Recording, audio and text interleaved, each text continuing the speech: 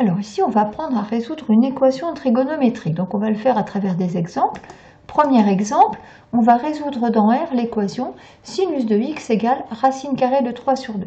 Alors, chaque fois que vous avez une équation trigonométrique à résoudre, la première chose à faire, c'est tracer le cercle trigonométrique.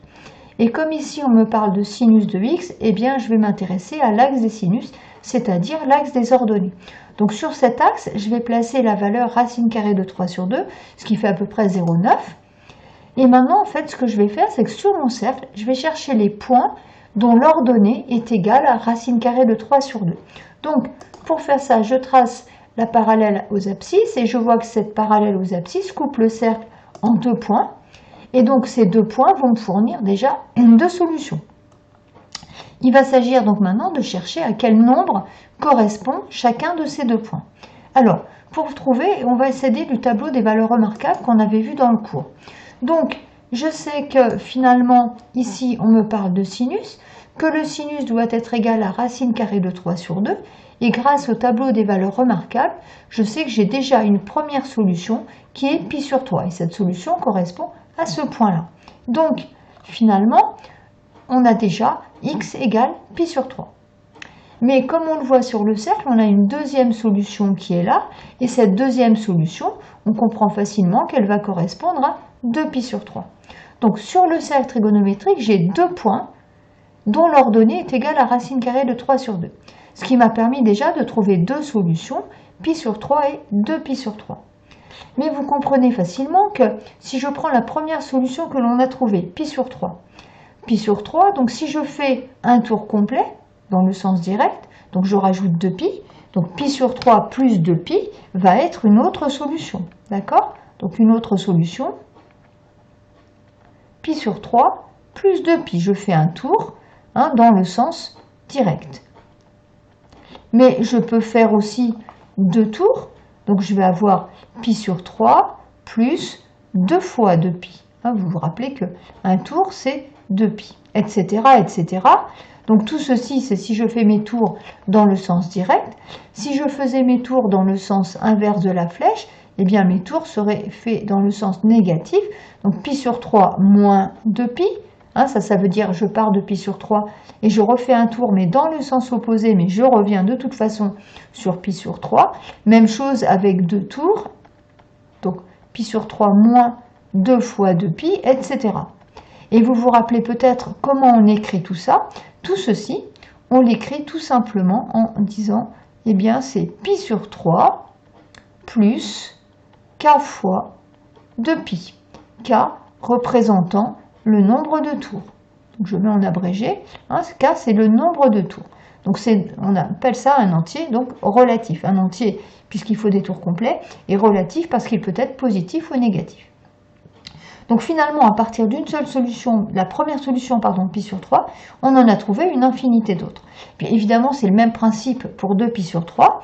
Donc pour 2pi sur 3, on va encore avoir toutes les solutions, d'autres solutions, qui vont être 2pi sur 3, plus on rajoute des tours, donc soit dans le sens direct, soit dans le sens indirect, ce qui va s'écrire plus k fois 2pi. Donc finalement, les solutions vont être tous les nombres x. Donc les solutions sont les réels x de la forme x égale donc pi sur 3 plus k fois 2pi, ou x égale 2pi sur 3 plus k fois 2pi, avec k, un entier relatif, je vous rappelle, comme je l'ai dit tout à l'heure, que k représente le nombre de tours. Donc voilà pour les solutions, pour la résolution en tout cas, de notre première équation trigonométrique. Alors, on va voir un deuxième exemple. On reprend en fait la même équation, sinus de x égale racine carrée de 3 sur 2, mais ce qui change, c'est le domaine de résolution. Ici, on vous demande de résoudre dans l'intervalle moins pi, pi. Alors, dans un premier temps, on va se rappeler ce qu'on avait fait quand on avait résolu notre équation sinus de x égale racine de 3 sur 2, ou du moins ce qu'on avait trouvé. Donc dans R, c'est-à-dire en trouvant toutes les solutions, hein, quand on dit résoudre dans R, c'est trouver toutes les solutions. Donc on avait trouvé pi sur 3 plus k fois 2pi, vous vous rappelez, pi sur 3, puis après on pouvait faire des tours soit dans le sens indirect, donc moins, soit dans le sens direct, sens plus, signe plus, pardon, et même chose pour x égale 2pi sur 3 plus k fois 2pi. Donc maintenant, qu'est-ce qui va se passer dans l'intervalle moins pi, pi? Alors, pour bien comprendre ce qui se passe, eh bien j'ai tracé sur une droite graduée de pi sur 3 en pi sur 3, j'ai représenté l'intervalle moins pi, pi. Alors, l'intervalle moins pi, pi, concrètement, sur le cercle trigonométrique, bon, j'en ai effacé une partie, mais je pense que ça reste visible et compréhensible, moins pi, pi, donc moins pi, c'est le point qui se trouve ici.